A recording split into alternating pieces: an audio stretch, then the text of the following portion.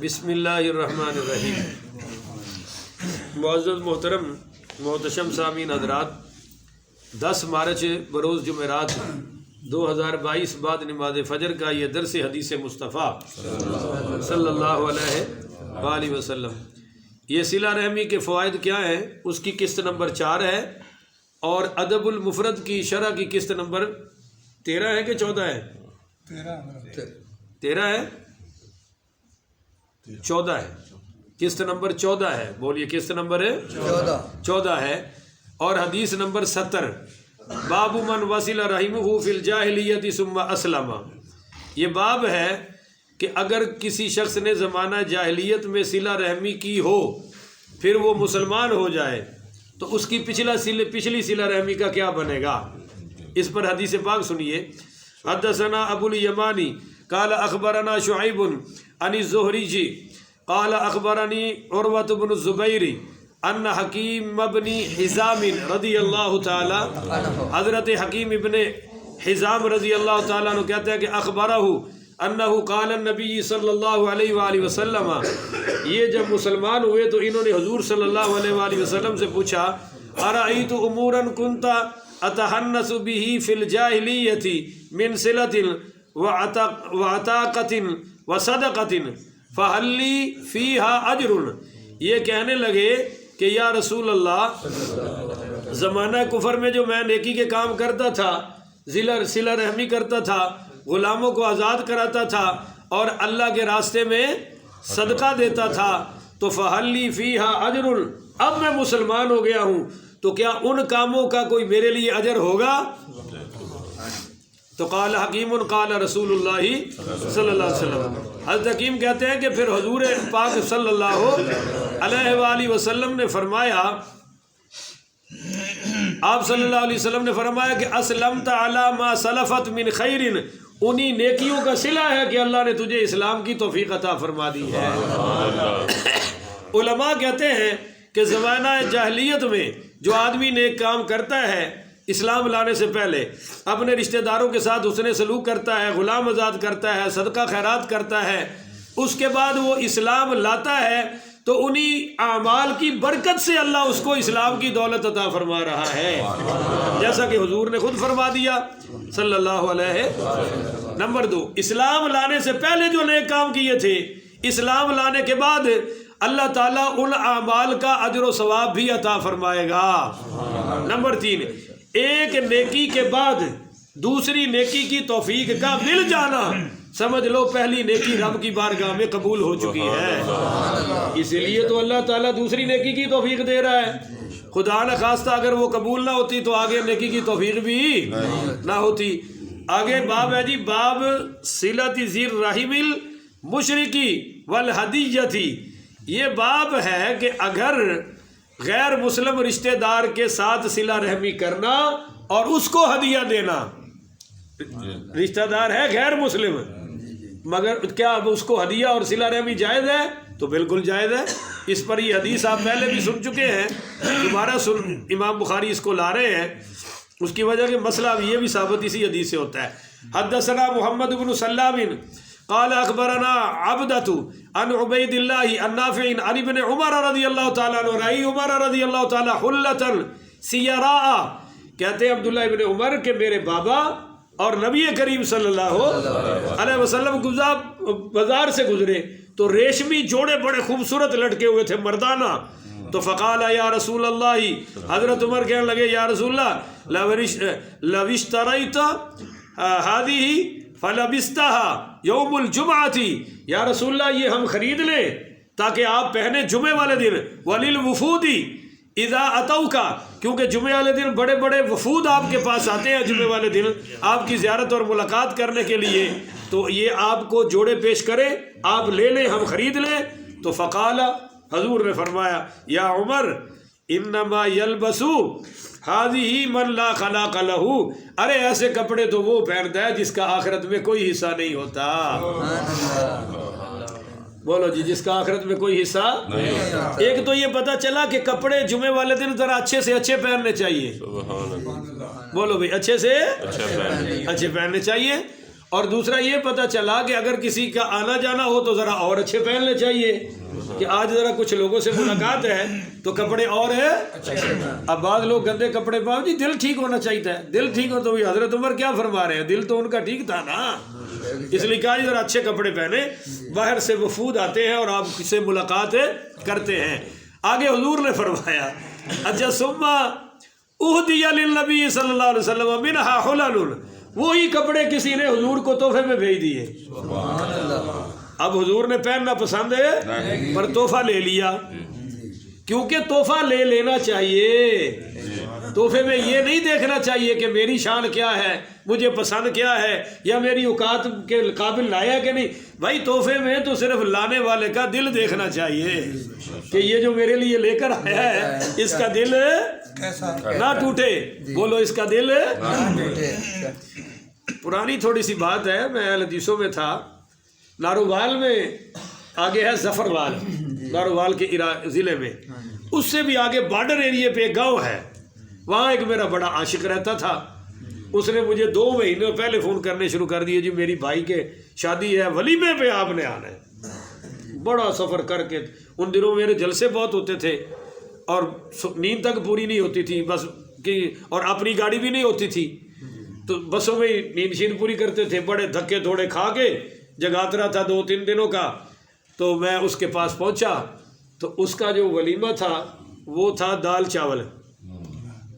سنیے کیا تھا, سفید چاول اور اوپر چنوں کی چھولے کی دال. جی بالکل یہ تھا. اب میں ہکا بکا, میں نے کہا یار اس ولیمے کے لیے. تو پنڈی میں اس وقت میں خطیب تھا, راول پنڈی شہر میں, شیخ رشید صاحب کے محلے میں. وہاں سے میں آیا صرف یہ کھانے کے لیے. تو میں نے پنڈی میں جس مولانا کے پاس میں رہتا تھا میں نے اس کو فون کیا. میں نے کہا مجھے ایسا دل کرتا ہے کہ ایک دال کی پرات اس کے سر پر ماروں, اس نے میرے ساتھ کیا کیا. تو وہ مولانا صاحب کہنے لگے یار وہ دال نہ دیکھ, دیکھنے والے کا حال, بلانے والے کا حال دیکھ. بلانے والے کا, اس نے تجھے بڑے عشق سے بلایا ہے, آگے اس کی بیچارے کی حیثیت ہی اتنی ہے. میں نے کہا بھائی حیثیت نہیں ہے تو نہ کرے, بیڑے روڈ والوں چپ. اس نے کہا مولوی صاحب نے کہ جتنا غصہ ہے مجھ پہ نکال لے, اس کو کچھ کہنا نہیں تو تیرا سارا سفر برباد ہو جائے گا. تو میں بڑا اوکھا نا جی چپ وٹ کے, کیونکہ مولوی نو روٹی چنگی نہ لبے تو مولوی تو جلسے چ بد دعاواں دیندا ہے. گل سمجھ آئیے, وہ تو پھر کافراں والیاں تے منافقاں والیاں آیتاں مقتدیاں تے پڑھن لگ پیندا ہے نا. تو بہرحال اللہ محفوظ فرمائے, بڑی مشکل سے برداشت کر کے آیا. تو دیکھیے ہدیہ قبول کرنا سنت مصطفیٰ ہے. وہ جوڑے جو حضور کو پسند ہے, آپ بولے تو صحیح نا, مگر ہدیے میں قبول کر لیے. اب جب کر لیے آگے سنیے, فَأَهْدَىٰ إِلَىٰ عُمَرَ مِنْهَا حُلَّةً, آپ نے وہ جوڑے حضرت عمر کی خدمت میں بھیج دیے. آپ کو تحفہ آیا اور آپ نے آگے, حضرت عمر بھی تو پھر عمر تھے نا, قیامت تک اور دوجا عمر تے نہیں نہ آنا. عمر بھی کوئی ماں کیڑی جم سکتی ہے. فجاء عمر الى رسول اللہ صلی اللہ علیہ وسلم, حضرت عمر وہ کپڑے اٹھا کے سیدھا حضور کی بارگاہ میں, وہ کہنے لگے یا رسول اللہ بعثت الی هذه, یہ آپ نے میری طرف بھیج دیے. وقد سمعتک قلت فیها ما قلت, انہی کپڑوں کے بارے میں تو آپ نے کہا تھا یہ وہ پہنے گا جس کے آخرت میں کوئی حصہ نہیں ہے, اور آپ نے نہیں قبول کی اور پھر تحفہ آیا تو مجھے بھیج دیا, میں پھر کیسے پہنوں. تو سنیے فقال, سرکار دو عالم پڑھیے صلی اللہ علیہ وسلم, ہائے ہائے ہائے ہائے, انی لم اہدیہا لک لتلبسہا, عمر میں نے اس لیے نہیں بھیجا کہ تو خود پہن, اس لیے نہیں بھیجا کہ تو خود, میں نے تو اس لیے بھیجا کہ انما اہدیتھا, یار تو کسی کو ہدیہ ہی دے دے. بولو کسی اور کو ہدیہ دے دے. الیکا لتبیعہا او لتکسوہا, اس کو چاہے بیچ لے یا کسی کو تحفہ دے دے, کسی اور کام میں لے آ, یا اس کو بیچ کر اس کی قیمت حاصل کر لے. تو فَأَهْدَاهَا عُمَرَ لِأَخٍ لَهُ مِنْ أُمِّهِ مُشْرِكٍ, تو آپ کا ایک ماں جایا مشرک بھائی تھا, آپ نے وہ سوٹ اس کو تحفے میں بھیج دیا.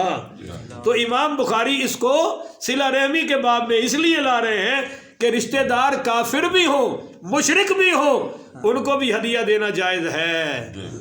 بولو بھائی ان کو بھی ہدیہ دینا جائز ہے. اس حدیث کی تفصیل پیچھے میں کر چکا ہوں ساری، اب شرح کرنے کی ضرورت نہیں. اگلا باب ہے باب تعلموا من انسابکم ما تصلون به ارحامکم، کہ اپنے نسبوں کو جانیے تاکہ تم صلہ رحمی کر سکو.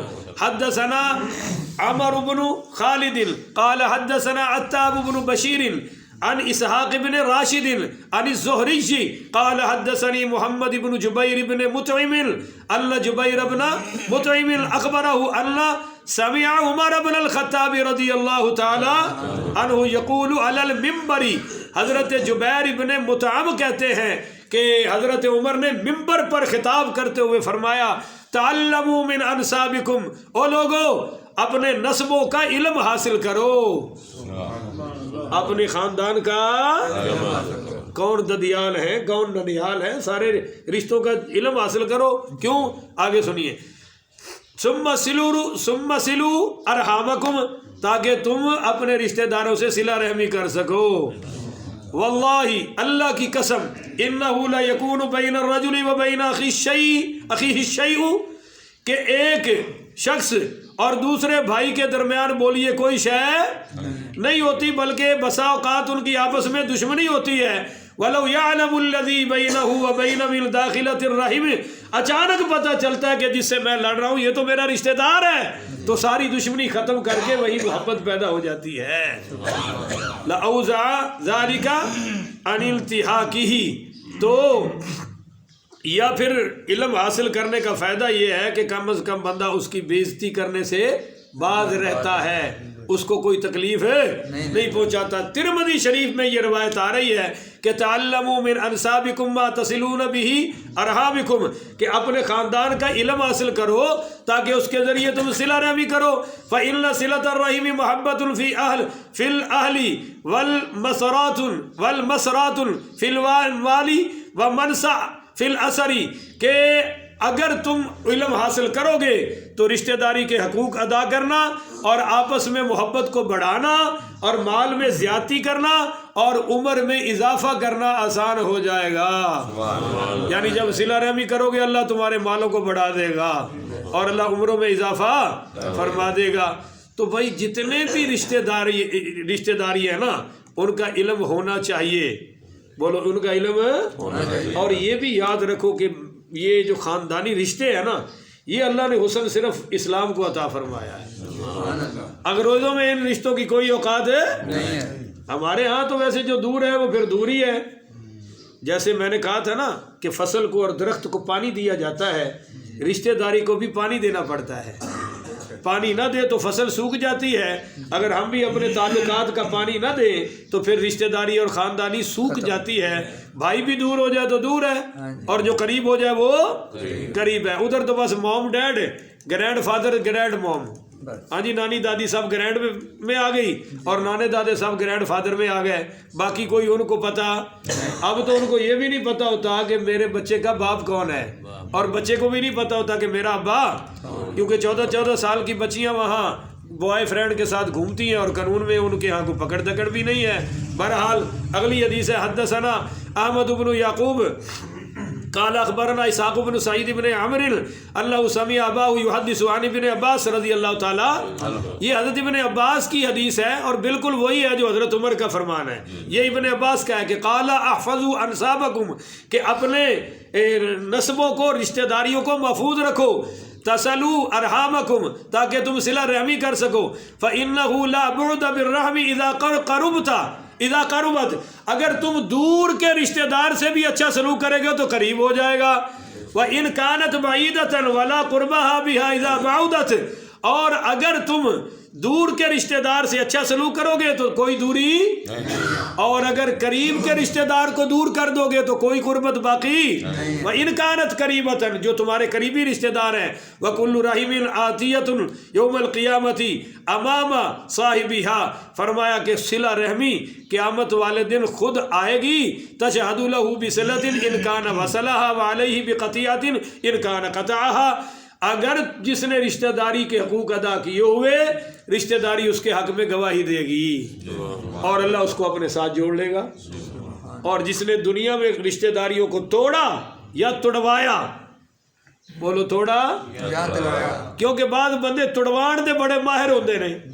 جس گلی چ وڑ جان ماشاءاللہ دوجے دن ڈانگا نکل آؤندیاں نے. کیوں جی ہوندے نے کہ نہیں ہوندے؟ بولو جتھے سالہ سال کوئی لڑائی نہ ہوئے پی جاوے نا انہاں دا پیر تے سمجھو کوئی نہیں خیر. لڑان دے ماسٹر اور کئی بیبیاں نو بڑا فن ہوتا ہے. ہستے وستے گھر میں جا کے اگ لا دین گیاں، نہیں تیرے خامد نے تینوں کی دیتا ہے، فلانی نو ویکھ کنے زیور پائے نے، تیرے والا تے باہر ہی لٹائی ہوندا ہے. چل شام نو اوتھے ماشاءاللہ ہانڈیاں کھڑکن ڈی آؤندیاں نے. تو فرمایا جو توڑے گا اللہ بھی اس کو توڑ دے گا، جو رشتہ داریوں کو جوڑے گا اللہ اس کو اپنی رحمت سے جوڑ لے گا. اس پر پچھلی حدیث بھی ہے اور پہلے بھی میں بیان کر چکا ہوں. اب اگلی حدیث سنیے بڑی توجہ سے، اور اس کے بعد ایک اور سنانی ہے اور میرا بیان ختم. باب حل یقول المولا انی من فلان، یہ خاندانی مسئلہ ہے بڑا کمال کا کہ کیا آزاد کردہ غلام اپنی نسبت اس آزاد کیے ہوئے خاندان کی طرف کر سکتا ہے؟ اس کی حدیث سنو. ہائے ہائے ہائے، یہ ہے جی حدثنا موسیٰ بن اسماعیل قال حدثنا عبد الواحد بن زیاد قال حدثنا وائل بن داود اللیثی قال حدثنا عبد الرحمن بن ابی حبیب قال لی عبد اللہ بن عمر رضی اللہ تعالی عنہ. حضرت عبد الرحمن ابن حبیب سارے پڑھی رحمت اللہ علیہ، یہ تابعی ہیں، صحابہ کے شاگرد ہیں اور آزاد کیے ہوئے تھے، پہلے غلام تھے بعد میں آزاد. کہتے ہیں کہ میں عبداللہ ابن عمر سے ملنے گیا تو انہوں نے مجھ سے پوچھا ممن انتا، تو کون ہے؟ تو قلت، میں نے کہا من تمیم، کہ میں تیم تمیم سے ہوں. تمیم ایک بڑا قبیلہ ہے، تیم اس کی شاخ ہے. بولو تیم اس کی شاخ ہے، اور بھی تمیم بڑے قبیلے ہیں. تو قالا، حضرت عبداللہ ابن عمر نے فرمایا من انفسہم او من موالیہم، تو ان کا آزاد کردہ غلام ہے یا انہی میں پیدا ہوا ہے؟ نہیں سمجھے ہو؟ ان میں رہتا تھا اور انہوں نے تجھے آزاد کر دیا یا ان میں پیدا ہوا ہے؟ تو قلت، میں نے کہا من موالیہم، جی نہیں میں ان کا غلام تھا، انہوں نے مجھے آزاد اب میں نسبت ان کی طرف. تو قال فہلا قلت من موالیہم اذن، تو فرمایا تجھے کہنا چاہیے نا کہ میں اس خاندان کا آزاد کردہ غلام ہوں. بولو آزاد کردہ غلام. تو یہ خاندان کے دو طریقے ہوتے ہیں نا، ایک تو نسبی ہے کہ پیدا ہی اسی خاندان میں ہوا تو وہ تو جٹ کہلائے گا، رائی کہلائے گا، جو جس مغل ہے جس خاندان کا ہے وہی. مگر ایک ان میں رہتا ہے، شاگرد کے لحاظ سے پالا ہے، تو پھر وہ یہ کہے کہ میں ان میں پلا ہوا ہوں، بہرحال وہ نسبت اس خاندان کی طرف کر سکتا ہے، کیونکہ اگلی حدیث میں اس کی پوری وضاحت آ رہی ہے. با مولا القوم من انفسہم، کہ جو غلام ہوتا ہے وہ بھی اسی خاندان میں سے ہوتا ہے. یہ باب آ گیا.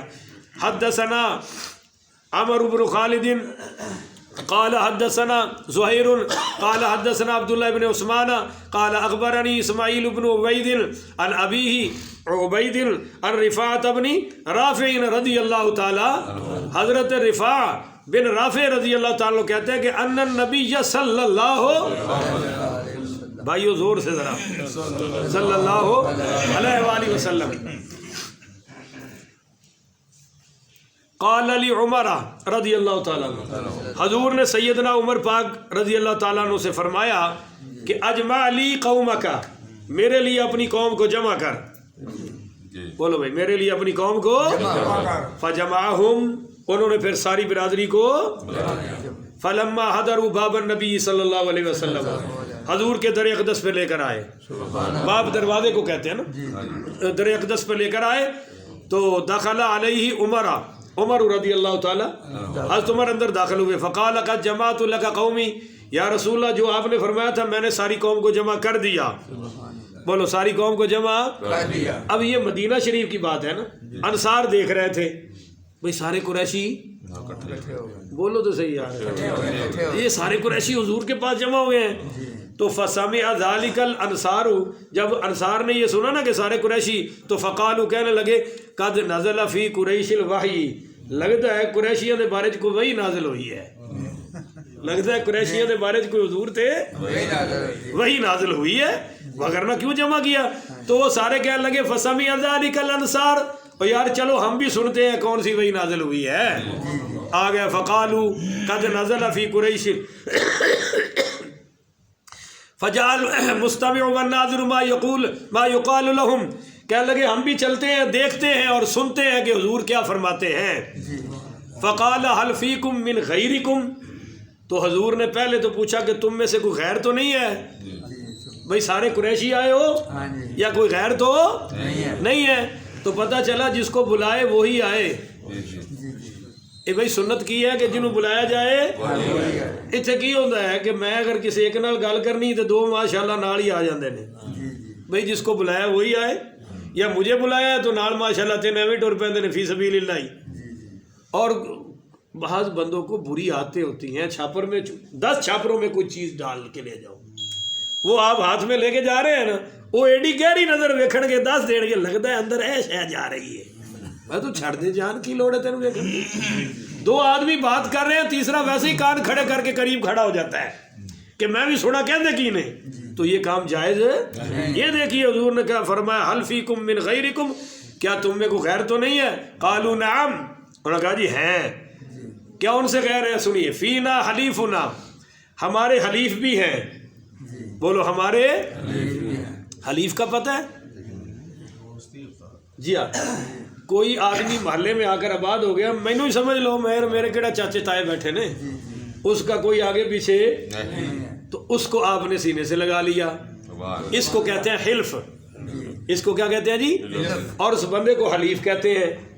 تو انہوں نے کہا جی کچھ تو حلیفنا، ہمارے یہ حلیف ہیں، وابن اختینا، کچھ ہمارے بھانجے ہیں۔ بولو کچھ ہمارے، اور وموالینا، کچھ ہمارے غلام بھی ہیں۔ ہائے ہائے ہائے یار، سبحان اللہ کہو۔ آگے جواب سنیے، قال النبی صلی اللہ علیہ وسلم حلیفنا منا، بھائی جو حلیف ہیں وہ ہمارے ہی ہیں۔ ہائے ہائے ہائے ہائے، نہیں سمجھے ہو؟ یہ تھے کی کہتے ہیں باہروں آیا جی، مولوی بھی 20 سال بھی انہوں کوئی محلے دار نہیں منتا بیچارے نو، اور کرایہ دار نو بھی کوئی محلے دار ہے، وہ ایک ہی نام ہوتا ہے انہوں بےزتی کرنا سے، کرایہ دار کرایہ دار کرایہ دار۔ کبھی کہہ دو نا اپنا ہے، تو پھر دیکھو اس کے دل میں کتنی خوشیاں پیدا ہوتی ہیں۔ کبھی کسی ماڑے کو جفی ڈال کے کہو نا یار تو بھی ساڈا ہی ہے، کہو نا سبحان اللہ، اسی تیرے ہیں تو کمال جاواں میں سونے نبی دے ظرف تو فرمایا بھائی جو حلیف ہیں وہ بھی ہمارے ہیں، وابن اختینا، بھانجے بھی ہمارے ہی ہیں، وموالینا، جو غلام ہیں وہ بھی ہم میں سے ہی ہیں۔ غلاموں کو بھی اپنے خاندان میں فرما لیا کہ وہ بھی ہم میں سے ہیں۔ اور پھر بات کیا کی؟ اب وہ بات سنیے، وَأَنْتُمْ تَسْمَعُونَ، فرمایا میری بات سن لو، إِنَّ أَوْلِيَائِي مِنْكُمُ الْمُتَّقُونَ، تم میں سے میرے سب سے زیادہ قریب وہ ہے جو متقی بن کے رہے گا۔ نہیں ایک باری پھر کہو سبحان اللہ، ہن ماسا رل کے دو میں کہنے ہیں سبحان اللہ۔ حضور نے فرمایا میرے قریب کون ہے؟ جڑا گناہ چھڑ دے وے، جتنی نیکیاں کرو گے حضور کا قرب نصیب ہوگا۔ ہر نیکی حضور کے قریب کرتی ہے، ہر گناہ ہمیں ہمارے نبی سے دور لے جاتا ہے۔ اس سے بڑا گناہ کا نقصان کیا ہو سکتا ہے؟ فرمایا فَإِن كُنْتُمْ أُولَئِكَ فَذَاكَ وَإِلَّا فَانْظُرُوا لَا يَأْتِي النَّاسُ بِالْأَعْمَالِ يَوْمَ الْقِيَامَةِ۔ آپ نے بڑی قیمتی بات فرمائی، آپ نے فرمایا بھائی سن لو، میں تمہیں کہہ رہا ہوں کہ میرے دوست میرے قریب وہ ہیں جو گناہوں سے بچتے ہیں۔ اگر تم اللہ سے ڈرتے رہے اور اگر تم میں یہ صفت ہو تو ٹھیک، ورنہ دیکھ لو ایسا نہ ہو کہ قیامت والے دن دوسرے لوگ، بولو دوسرے لوگ نیکیاں لے کر آئیں اور وہ میرے قریب ہو جائیں اور تم مجھ سے وَتَأْتُونَ بِالْأَسْقَالِ فَيُعْرَضُ عَنْكُمْ ثُمَّ نَادَى فَقَالَ يَا أَيُّهَا النَّاسِ۔ آپ نے فرمایا یاد رکھنا فَإِن كُنْتُمْ أُولَئِكَ فَذَلِكَ وَإِلَّا فَانْظُرُوا لَا يَأْتِي النَّاسُ بِالْأَعْمَالِ يَوْمَ الْقِيَامَةِ وَتَأْتُونَ بِالْأَسْقَالِ فَيُعْرَضَ عَنْكُمْ۔ اگر تم گناہ لے کر آئے تو میں تم سے منہ پھیر لوں گا۔ بھائی کو سمجھ آئی ہے میرا جملہ کہ سرکار فرما رہے ہیں وَتَأْتُونَ بِالْأَسْقَالِ فَيُعْرَضَ عَنْكُمْ، اگر تم گناہ لے کر آئے تو میں تم سے منہ پھیر لوں گا۔ تے جنہیں تو سونے نبی نے منہ پھیر لیا اندے پلے کی رہ گیا جی؟ انہوں چھڑانا کنے ہے؟ جامع کوثر کنے پلانا ہے؟ شفاعت کنے کرنی ہے؟ جنت وچ کنے وڑن دینا ہے؟ یہ سارے سلسلے سونے نبی دے صدقے ہونے نے۔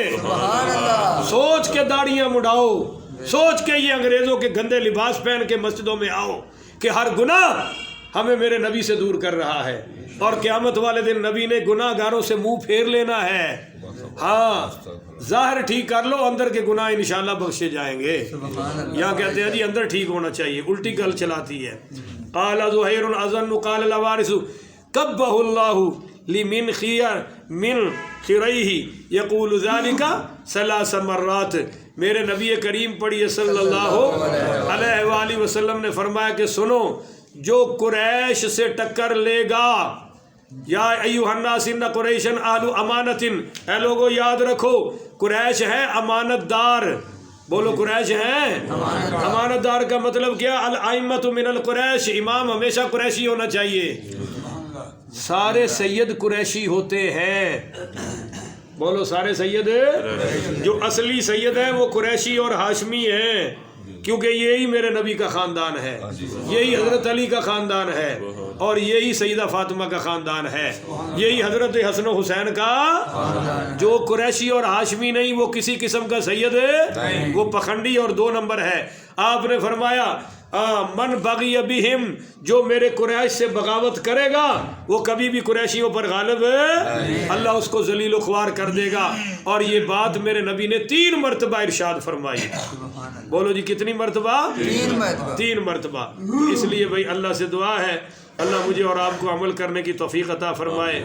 آخر ودعوانا ان الحمدللہ رب العالمین۔